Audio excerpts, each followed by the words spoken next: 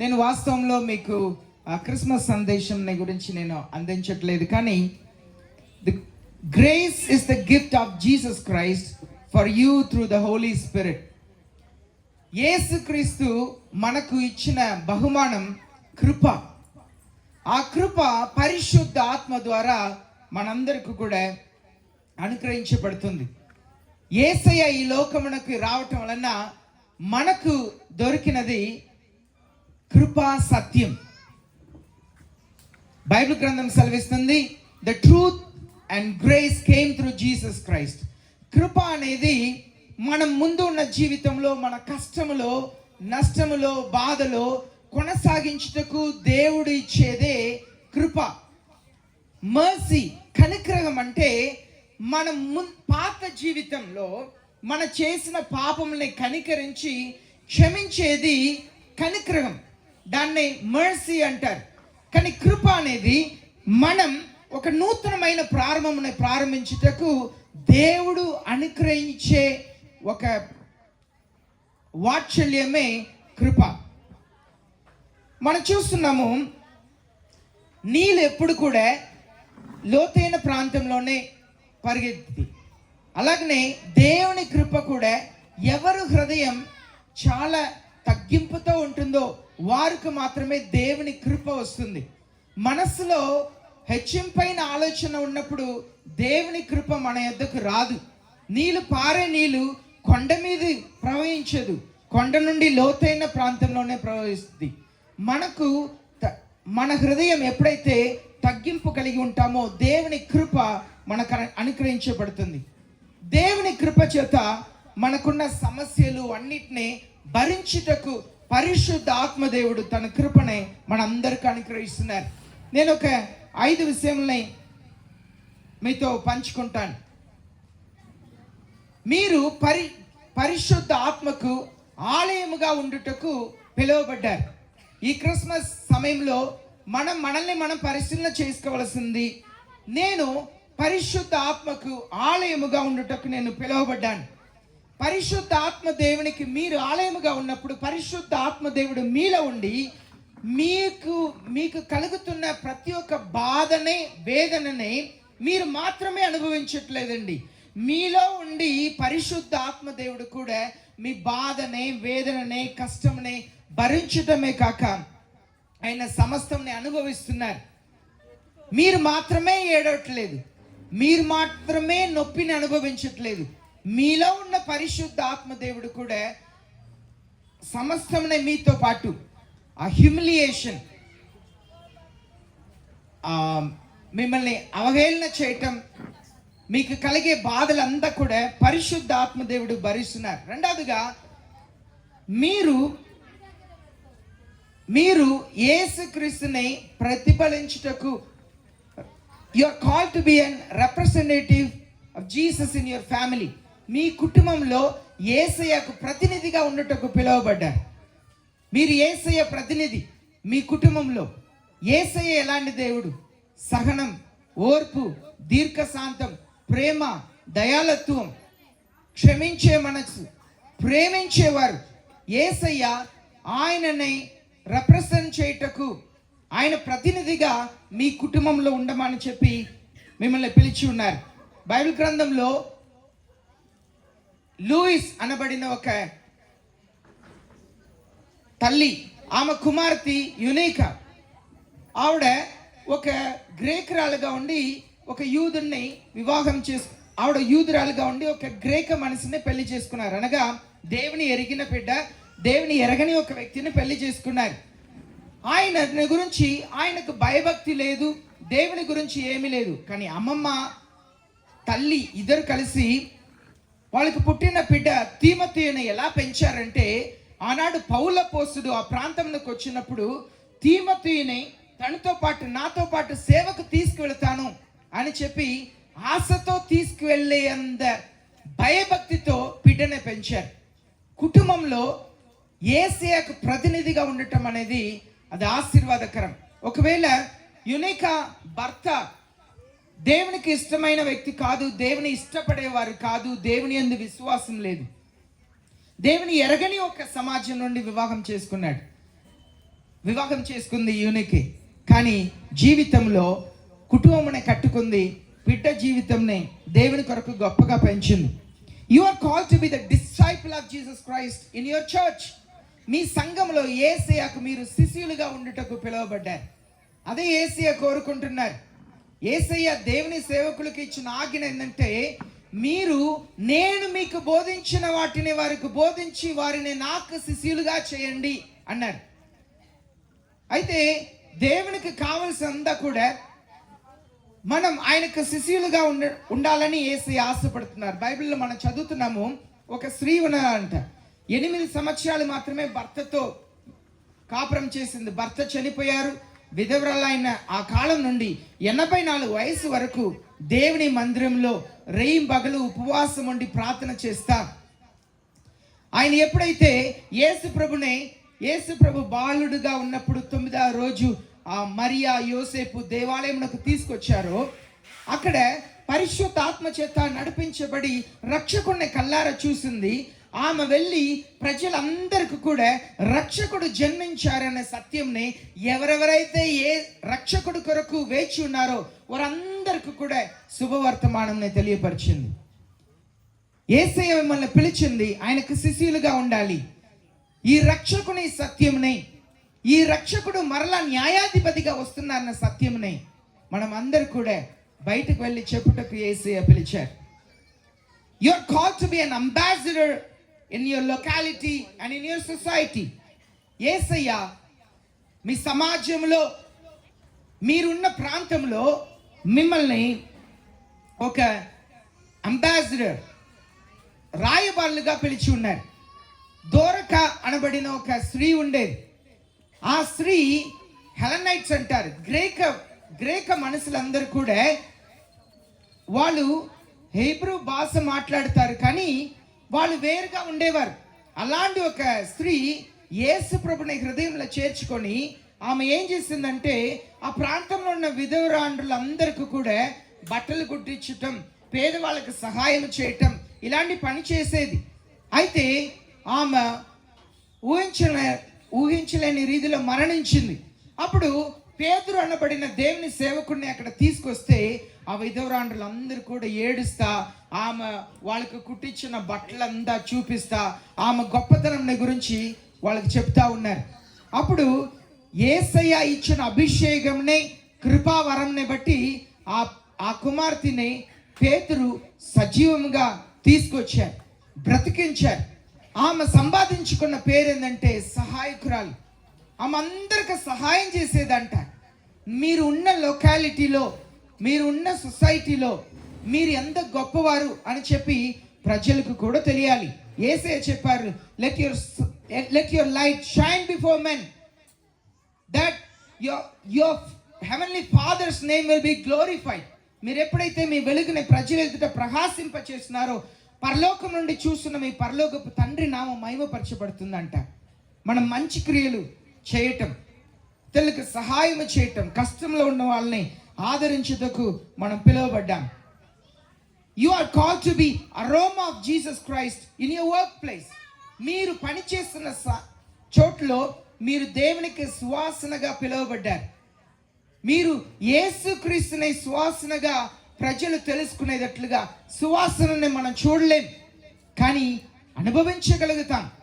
మీరు దేవుని బిడ్డ అనే సత్యంని మీరు పనిచేస్తున్న చోట్ల ప్రజలు గ్రహించాలి. ఒక వ్యక్తి యజమాని దగ్గర, ఆఫీసర్ దగ్గర చెప్పారంట, సార్ నేను అబద్ధం చెప్పను అన్నారంట. అలాగే అబద్ధం చెప్పను అనే మాటకు he will be checked out of the office. ఆయన్ని ఆఫీస్ నుండి బయట పంపిస్తారు, ఉద్యోగం పోయింది అని చెప్పి అనుకున్నారు.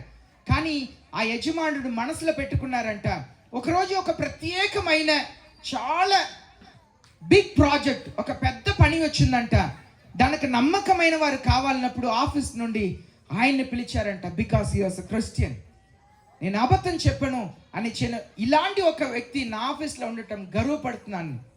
మనం పని చేస్తున్న చోట్లలో మనం దేవుని పిల్లలని చెప్పి ప్రజలకు తెలియాలి. వాళ్ళు ప్రిస్కిల్లా అక్విలా అనబడిన వారు ఎఫెసు అనే ఒక పట్టణంలో ఉన్నారు. ఆ పట్టణమునకు అలెగ్జాండ్రియా అనే ప్రాంతం నుండి అప్పట్లో ఉన్న ఒక వ్యక్తి వచ్చి ఆయన కొన్ని విషయముల గురించి దేవుని గురించి మాట్లాడుతున్నారు. ఈ ప్రిస్కిల్లా అకుల్లా ఉన్నవారు వాళ్ళు పని చేస్తా ఆయన చెప్పిన మాటను ఇంకా ఆయనకు చాలా విషయాలు తెలియట్లేదని వారిని ఇంటికి తీసుకువెళ్ళి వాళ్ళకి మంచి మాటల్ని బోధించి ఆయన గొప్ప సేవకునిగా చేశారంట. సామాన్యమైన వారే, సేవకు పిలువని వారే, విశ్వాసులే, కానీ భార్య భర్త ఇద్దరు కలిసి అప్పులో గొప్ప సేవ చేయుటకు వాళ్ళకి తెలిసిన సత్యంని పంచారంట. మీరు పని చేసిన చోట్లో దేవునికి సువాసనగా ఉండుటకు యేసయ్య మిమ్మల్ని పిలిచారు. You are called to be an light and salt of this earth. యేసయ్య మిమ్మల్ని ఉప్పుగాను వెలుగుగాను ఉండుటకు పిలిచారు. ఉప్పుని మనం చూస్తాం, వంటల్లో కలిపిన తర్వాత మనం చూడలేం, కానీ అది ఎంతగానో రుచిని ఇస్తుంది. We should never expect honour in the church. We should never expect recognition in the church. సంఘంలో మనం ఎంత మాత్రం కూడా ఘనతనే కోరకూడదు. మనం ఎంత మాత్రం కూడా గుర్తింపునే కోరకూడదు. ఉప్పుని కూరలు వేసిన తర్వాత ఆ రుచి మాత్రమే తెలిసిద్ది, కనపడదు. మనం దేవుని సేవలో, సహవాసంలో, ప్రేమించటంలో, సత్యమును ఇతరులకు పంచటంలో మనం దేవుని కొరకు వాడబడాలి. ఈ ప్రాంతంలో ఎక్కడ చూసినా చీకటి, మనుషులు మందు తాగటంకు అలవాటు అయిపోయి, పొగ తాగటంకు అలవాటు అయిపోయి, అలాగే మత్తు పదార్థమునకు అలవాటు అయిపోయి, అలాగే జీవితంలో కక్షతో, ఈడ్సతో, క్రోధముతో, ద్వేషముతో, క్షమించలేని మనసుతో ఉంటున్న ప్రజలందరూ కూడా చీకటిలో ఉంటున్నారు. యేసయ్య మనల్ని పిలిచింది వారికి వెలుగై ఉండమని పిలిచారు. మనం వెలుగు ద్వారా వాళ్ళని వెలుగులోనికి నడిపించాలి. చీకట్లో ఉన్న వారిని వెలుగులో నడిపించుటకు యేసయ్య మిమ్మల్ని నన్ను పిలిచారు. కనుక మనం వి షుడ్ ప్రిసర్వ్. ఉప్పు ఏం చేస్తుందంటే కాపాడుతుంది. మనం చెడిపోయేవారుగా ఉండకూడదు.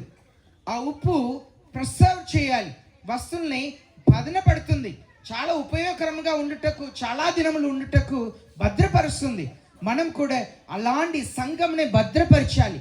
సంఘంని చెడిపోయేవారుగా, దేవుని పిల్లల్ని, కుటుంబంని, చిన్న పిల్లల జీవితంని, యవనస్తుల జీవితంని చెడిపోయేవారుగా కాక వారిని నిలబెట్టే వాళ్ళుగా, భద్రపరిచే వాళ్ళుగా ఉన్నప్పుడు యేసయ్య మిమ్మల్ని నన్ను పిలిచిన ఉద్దేశం, యేసయ్య ఈ లోకంలోకి వచ్చిన ఒక ఉద్దేశం మన జీవితంలో నెరవేర్చబడుతుంది. యేసయ్య ఒక హెచ్చరికని మన అందరికీ కూడా ఇచ్చారు. యేసయ్య ఇలాగ చెప్పారు, నేను త్వరగా వారికి నీతిని చేస్తాను, అయినప్పటికీ కూడా మనుష్య కుమారుడు ఈ లోకంలోకి తిరిగి వచ్చినప్పుడు విశ్వాసంని కనుగొనునా అన్నారు. ఈనాడు చాలా మందికి యేసయ్య మీద విశ్వాసం లేదు. మనకున్న విశ్వాసముని ఇతరులతో పంచుకోవాలి. కారణం ఏంటంటే మనుషులు బ్రతికి ఉన్నప్పుడు ఏదేదో కారణాలు చెప్తుంటారు. వీళ్ళు మత మార్పిడి చేస్తున్నారనియో, క్రైస్తవులు ఒక సమాజంలో ఒక ఇన్ఫెక్షన్ అనియో ఏదో చెప్తుంటారు. కానీ మానవులందరూ కూడా మరణించిన తర్వాత, ఈ ఆత్మ దేహం నుండి బయట వచ్చిన తర్వాత ఆత్మ ఉన్న దేవుని ఆత్మ చూస్తుంది. అప్పుడు నిజముగా యేసు ప్రభువే రక్షకుడిని తెలుసుకున్న వాళ్ళకు పరలోకం వెళ్ళే మార్గం ఉండదు. కారణం మరణం తరువాత వాళ్ళ ఆత్మ తెలుసుకుంది. కానీ మానవులందరూ కూడా బ్రతికి ఉన్నప్పుడు, ఈ దేహంలో ఆత్మ ఉన్నప్పుడు మాత్రమే యేసు ప్రభు దేవుడిని తెలుసుకుంటేనే పరలోక రాజ్యంలో వాళ్ళకి అవకాశం ఉండేది. కనుక మీరు చిన్న చిన్న సమస్యలను చూసి మీ విశ్వాసంని కోల్పోవద్దు. మీరు వెళుతున్న కష్టమును చూసి విశ్వాసంని కోల్పోవద్దు. యేసయ్య మీద స్థిరమైన విశ్వాసం కలిగి ఉండాలి. అదే యేసయ్య హెచ్చరిస్తున్నారు. యేసయ్య ఒక వాగ్దానంని కూడా ఇలాగ చేశారు. In me you will have peace. You will have tribulation. మీకు చాలా సమస్యలు ఉంటుంది అన్నారు. Take courage, I have overcome the world. మీరు ధైర్యం తెచ్చుకోండి. మీకు సమస్యలు ఉంటాయి, కుటుంబంలో సమస్యలు ఉంటాయి, పిల్లల వలన సమస్యలు ఉంటాయి, బంధువుల వలన, స్నేహితుల వలన, సమాజం వలన, పనిచేసిన చోట్ల సమస్యలు వస్తాయి. కానీ నేను సమస్తముని జయించాను, నేను మీకు తోడు ఉన్నాను అని యేసయ్య చెప్తున్నారు. మీ కష్టములో, బాధలో యేసయ్య మీకు తోడు ఉన్నారన్న సంగతిని మర్చిపోవద్దు. ఆ సమస్యని, బాధని జయించే కృపని పరిశుద్ధ ఆత్మ దేవుడి ద్వారా మీ అందరికీ యేసయ్య అనుగ్రహించుటకే ఈ లోకమునకు వచ్చారు. యేసయ్య వచ్చిన తర్వాతనే కృప, సత్యం మనందరికీ అనుగ్రహించబడింది. పరిశుద్ధ ఆత్మ దేవుడు మీలో ఉండి మీకు సహాయం చేస్తున్నారు. కనుక కలవరపడని అవసరం లేదు. మిమ్మల్ని ఎంకరేజ్ చేసి ఒక మాటని నేను చెప్తున్నాను. బైబిల్ గ్రంథంలో యేసయ్య పుట్టినప్పుడు ఆయనకి ఇలాగ పేరు పెట్టమన్నారు, ఇమ్మాన్యుయేల్ అని చెప్పి పేరు పెట్టమన్నారు. ఇమ్మాన్యుయేల్ అనగా దేవుడు మనకు తోడై ఉన్నారు. యేసయ్య చెప్పారు, ఈ లోకం ముగింపు వరకు నేను మీకు తోడై ఉన్నానని చెప్పారు. యేసయ్య మీకు తోడుగా ఉన్నారు. మీ కష్టంలో నష్టంలో యేసయ్య మీ పేరుని ఎరిగి ఉన్నారు. యేసయ్య మీ సమస్యలను ఎరిగి ఉన్నారు. యేసయ్య మీ పరిస్థితులను ఎరిగి ఉన్నారు. యేసయ్య మీ కన్నీటిని చూస్తున్నారు. యేసయ్య మీ కన్నీటిని తుడిచేవారు కానీ యేసయ్య మిమ్మల్ని శపించేవారు కాదు. యేసయ్య మిమ్మల్ని బాధ పెట్టేవారు కాదు. యేసయ్య మిమ్మల్ని దుఃఖపరిచేవారు కాదండి. మీ కన్నీటిని తుడిచి మీకు అండగా నిలబడి మిమ్మల్ని ఆదరించేది యేసయ్య. ఆయన మంచి దేవుడు. యేసయ్య ఇలాగ చెప్పారు, my grace is sufficient for you, my strength will help in your weakness. మీరు కృంగి నలిగిన వేళలో ఆయన బలం మీకు తోడై ఉండి మీకు ధైర్యం ఇస్తుంది. ఆయన కృప ఉంటే చాలు. యేసయ్య తోడు ఉంటే చాలు. ఈ లోకంలో డబ్బు కాదు, ఆస్తులు కాదు, మనుషులు కాదు, యేసయ్య తోడు ఉంటే మీరు ఆశీర్వదించబడిన ప్రజలు. Be patient in your suffering. మీ కష్టంలో ఓర్పుతో నిలబడి ఉండండి. Do not waver in your faith. మీ విశ్వాసంలో ఎంత మాట కూడా ఆలోచించవద్దు. మీ విశ్వాసంలో ఎన్ని కష్టంలో నష్టంలైనా ఓర్పుతో ఉండండి. మీరు మిమ్మల్ని మీరు తగ్గించుకోండి. యేసయ్య సమయంలో సరి అయిన సమయంలో మిమ్మల్ని హెచ్చిస్తారు. ఆయనకు ఒక సమయం ఉంది. ఆయన బలమైన హస్తం కింద మీరు అణిగి మెనిగి ఉండండి. మీ కష్టంలో యేసయ్య మిమ్మల్ని అలాంటి చోట్ల మిమ్మల్ని ఇచ్చారు. మీకు అలాంటి భర్తలు ఇచ్చి ఉంటారు, మీకు అలాంటి పిల్లల్ని ఇచ్చి ఉంటారు.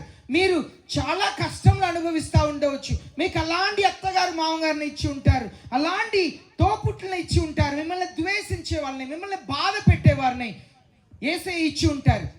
You stay in the place where God has placed you. మిమ్మల్ని ఎక్కడ యేసయ్య ఉంచారో అక్కడ ఉండండి. అణిగి మెనిగి ఉండండి. ఆయన బలమైన హస్తం కింద ఉండండి. ఒక దినం అందరికంటే మిమ్మల్ని హెచ్చించి ఆయన నామముని ఘనపరుస్తా మిమ్మల్ని పైకి తీసుకొస్తారు యేసయ్య. మీరు మీ బలమున యేసయ్యలో చూడండి. మీరు మోకరించి ప్రార్థన చేయండి. ఇంట్లో మోకరించి ప్రార్థన చేయండి. మీకు సమయం దొరికినప్పుడు దేవుని సన్నిధిలో వచ్చి మోకరించి ప్రార్థన చేయండి. మీ భారములంతా కూడా ఆయన మీద మోపండి. ఆయన మిమ్మల్ని ఆశీర్వదిస్తారు. ఆయన మీకు తన కృపను ఇచ్చి మిమ్మల్ని ముందుకు నడిపిస్తారు. యేసయ్య నామంలో మీ అందరికి కూడా కృప కలుగును గాక. ఆమేన్. యేసయ్య నామంలో మీ అందరికి కృప కలుగును గాక. పరిశుద్ధాత్మ దేవునికి ఈ క్రిస్మస్ సమయమున మీరు ఆలయముగా ఉండును గాక. పరిశుద్ధాత్మ దేవుడు మిమ్మల్ని బట్టి సంతోషించును గాక. ఈ సంఘమును బట్టి సంతోషించును గాక. ఈ సేవకులకున్న అభిషేకం ఆశీర్వాదం మీకు వచ్చును గాక. పరలోకపు తండ్రి యేసయ్య నామములో పరిశుద్ధాత్మ ద్వారా మీకు కృప కలుగును గాక. మీకు కృపను అనుగ్రహించును గాక. ఆమేన్. మీ అందరికీ కూడా మరలా క్రిస్మస్ శుభాకాంక్షలు తెలియపరుస్తున్నాను.